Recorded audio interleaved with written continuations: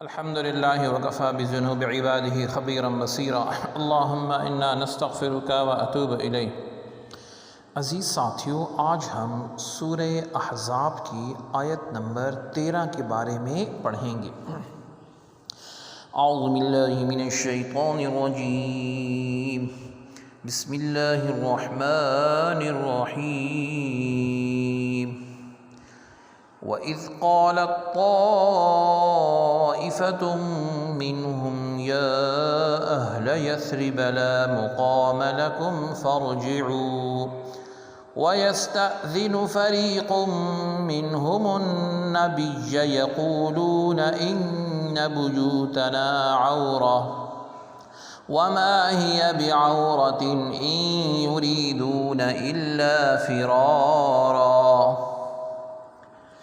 وَإِذْ اور جب، قالت کہا، طائفتٌ ایک جماعت نے، منہم ان میں سے، یا اہلا اے لوگو، یثربا یثرب کے، مدینہ کے، لا نہیں، مقامہ ٹھہر سکتے ہو، لکم تم لوگ، فرجعوا پس لوٹ جاؤ، وَيَسْتَأْذِنُوا اور اجازت مانگنے لگا، فریقٌ ایک گروہ، منہم ان میں سے، النبی نبی صلی اللہ علیہ وسلم سے، یقولون کہنے لگا، انا بے شک، بیوتنا ہمارے گھر، عورہ غیر محفوظ ہیں، وما ہیا اور وہ نہیں تھے، بعورۃ غیر محفوظ، ان صرف، یریدونا وہ چاہتے تھے، الا صرف،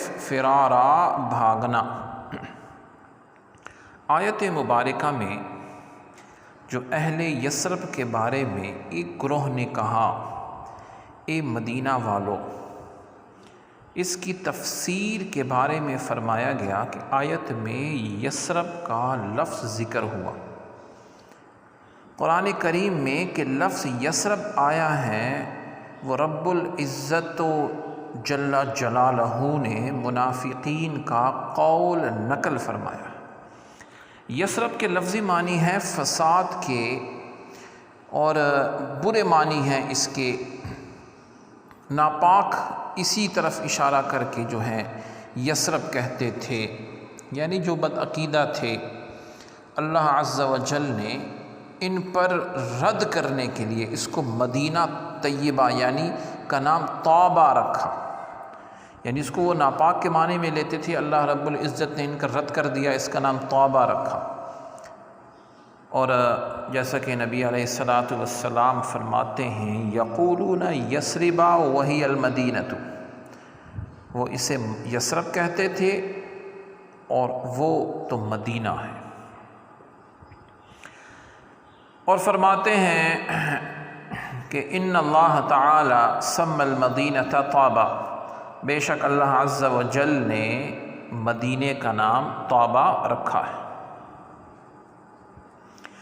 تفسیر میں اس کے بارے میں آیت ہے کہ سماها فی اللوح المحفوظ او امر النبی ان یسمیها بها ردا علی المنافقین فی تسمیتها بیثرب ایماء الی تصغیبهم فی الرجوع الیہا۔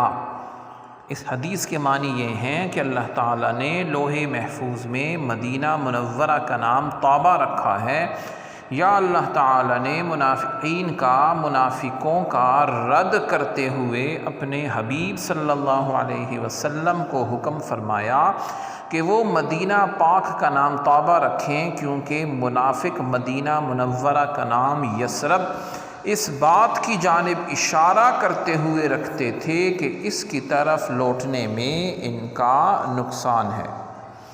اسی طرح امام نووی نقل فرماتے ہیں اور مفسرین یہ قول حکایت کرتے ہیں کہ جس کسی نے مدینہ منورہ کا نام یثرب رکھا، یعنی اس نام سے پکارا، تو وہ گنہگار ہوگا۔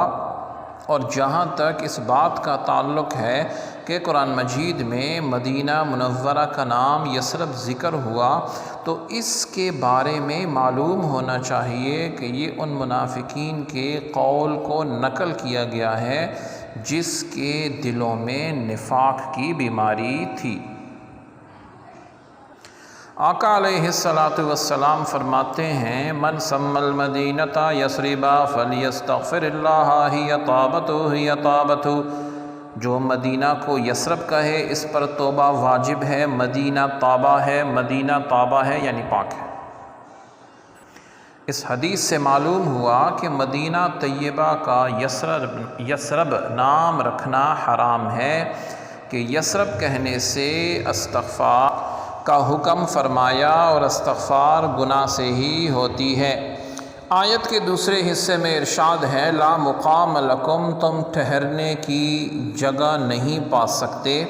غزوہ خندق کے موقع پر کافروں کے لشکر دیکھ کر منافقوں کا حال یہ ہوا کہ ان میں سے ایک گروہ کہنے لگا کہ اے مدینہ والو، رسول اللہ صلی اللہ علیہ وسلم کے لشکر میں تمہارے ٹھہرنے کی جگہ نہیں، کیونکہ دشمنوں کی تعداد بہت زیادہ ہے اور ان کے لشکر تم پر غالب آ جائیں گے، اس لیے عافیت اسی میں ہے کہ تم مدینہ منورہ میں اپنے گھروں کی طرف واپس چلے جاؤ۔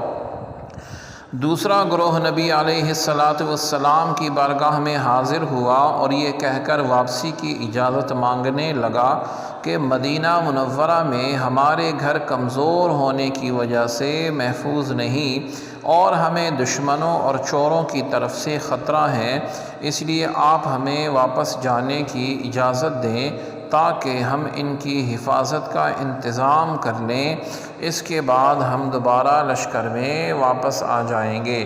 اللہ تعالیٰ عز و جل نے ان لوگوں کی اندرونی کیفیت کو ظاہر کرتے ہوئے ارشاد فرمایا کہ منافقوں کے گھر غیر محفوظ نہ تھے، بلکہ یہ لوگ بہانہ بنا کر میدان جنگ سے فرار ہونا چاہتے تھے۔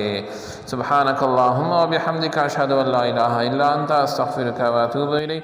سبحان ربک رب العزۃ عما یصفون، وسلام علی المرسلین، والحمد للہ رب العالمین۔